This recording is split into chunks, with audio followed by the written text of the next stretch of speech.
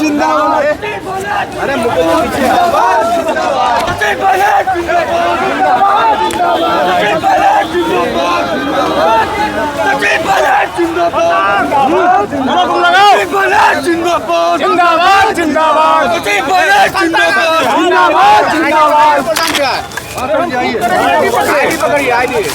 अरे हम पकड़े फोन। बिहार में राहुल गांधी जी ने जो यात्रा निकाली है वो इस बात को दिखलाता है कि बिहार की जनता और पूरे देश की जनता इस सवाल का जवाब मांग रही है कि वोट चोरी ये प्रशासन और इलेक्शन कमीशन क्यों होने दे रहा है और गड़बड़ियां पाई गई हैं। तथ्यों के साथ राहुल गांधी जी ने एक प्रेस कॉन्फ्रेंस करी और पूरे देश को बताया कैसे कर्नाटक और अन्य राज्यों में वोटर लिस्ट में गड़बड़ी करी है। और सवाल ये है, निर्वाचन आयोग वोटर लिस्ट देना नहीं चाहता, सीसीटीवी फुटेज जो है पोलिंग की वो डिलीट करना चाहता है और अगर सवाल पूछो तो एफिडेविट मांग रहा है। हम चाहते हैं कि चुनाव पारदर्शी तरीके से हो और वोटर लिस्ट पे दोबारा जांच की जाए। और बिहार में जो हो रहा है, जो लाखों लाखों लोगों का वोट देने से वंचित रहने का काम जो कर रहा है प्रशासन और इलेक्शन कमीशन, उसके विरोध में राहुल गांधी जी तमाम नेतागण पूरे बिहार में जनता को साथ लेकर एक यात्रा निकाल रहे हैं।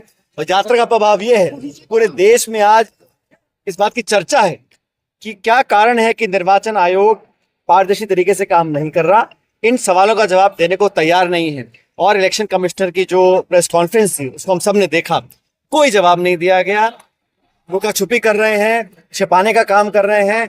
मुझे लगता है अकाउंटेबिलिटी और ट्रांसपेरेंसी प्रशासन को देनी चाहिए, इलेक्शन कमीशन को देनी चाहिए। इस वजह से राहुल जी यात्रा निकाल रहे हैं और जो अपार जन समूह हमारी यात्रा में मिल रहा है, नेताओं के सहित लाखों लाख कार्यकर्ता जुड़ रहे हैं, उस बात को दिखलाता है कि हमने उनकी चोरी पकड़ी है और वोट चोरी बिहार में नहीं होने देंगे। पूरे देश से नेता आ रहे हैं, इस यात्रा में शामिल हो रहे हैं, कितना लाभ मिलेगा चुनाव में? देखिए, पूरा इंडिया गठबंधन साथ आ रहा है, चाहे हमारे नेता दक्षिण के हों, उत्तर के हों, पूर्व मुख्यमंत्री हो, वर्तमान मुख्यमंत्री हो, सब राहुल जी के साथ समर्थन में खड़े हैं क्योंकि हम सच्चाई की लड़ाई लड़ रहे हैं। हम चाहते चुनाव हो, लेकिन चुनाव पारदर्शी तरीके से हो। जो गड़बड़ियां पाई गई हैं उसका विवरण और उसका जवाब इलेक्शन कमीशन को देना पड़ेगा।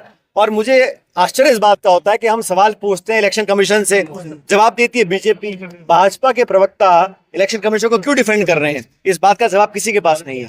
टैरिफ को कल से टैरिफ लागू हो गई है, क्या लगता है जो भारत की जो विदेश नीति है वो सफल है? सबसे पहली बात तो यह है कि हम सब जानते थे कि अमेरिका के राष्ट्रपति इस प्रकार का टैरिफ लगा सकते हैं। 50% टैरिफ इतना एशिया के किसी देश पे लगाया नहीं है, चीन पे भी नहीं लगाया। और कारण बताया गया कि रूस से हम तेल खरीदते हैं इसलिए हम पे आप पेनल्टी लगा रहे हैं, लेकिन चीन हमसे ज्यादा तेल खरीदता है, पेनल्टी नहीं लगाया गया। तो कूटनीति भी कमजोर रही है। लेकिन भारत सरकार की कमी ये रही कि अगर पता था कि जो लघु उद्योग है, जो कॉटेज इंडस्ट्री है, जो एक्सपोर्ट का काम करते हैं, जो हैंडीक्राफ्ट का काम करते हैं, उन लोगों की मदद के लिए बहुत पहले एक पैकेज डिक्लेयर करना चाहिए था। अब जो सरकार कर रही है, अब वो आसपास देखे करें क्या। सवाल यह है कि जो छोटे उद्योगों में लाखों लोग रोजगार पाए हुए हैं वो तो खत्म हो जाएंगे, इसलिए सरकार को एक राहत पैकेज छोटे और लघु उद्योगों के लिए बहुत पहले से अनाउंस करना चाहिए था। जो बड़े बड़े कारखाने हैं, बड़े बड़े उद्योगपति हैं, उनके लाखों करोड़ का पैकेज दे सकते हैं। और जो छोटा दुकान चलाता है या मीडियम स्केल इंडस्ट्री है, उसके लिए मदद के लिए कोई संसाधन, कोई अनाउंसमेंट, कोई बैंक लोन, कोई सब्सिडी, कोई लाइन ऑफ क्रेडिट अभी तक अनाउंस नहीं की है। सरकार का बहुत बड़ा फेलियर है कि सरकार को रोजगार की चिंता नहीं है। आज बेरोजगारी बढ़ रही है और लाखों लोग और बेरोजगार होंगे, सरकार की ना तो कोई चिंता है ना उसके पास कोई जवाब है। दोस्ती पूरी तरीके से टूट गई है डोनाल्ड ट्रम्प और प्रधानमंत्री मोदी की। ऐसी दोस्ती का क्या फायदा? ऐसी दोस्ती दुश्मनी बढ़िया है भाई।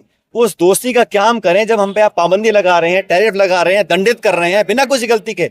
आप चीन पे नहीं कर पा रहे हैं लेकिन भारत पे आंख दिखा रहे हैं। तो हमें लगता है कि सरकार को मजबूती से कदम उठाने चाहिए। अब तक सरकार का जो रवैया रहा, लचर रहा, नाकामयाब रहा और फेलियर साबित हुआ है।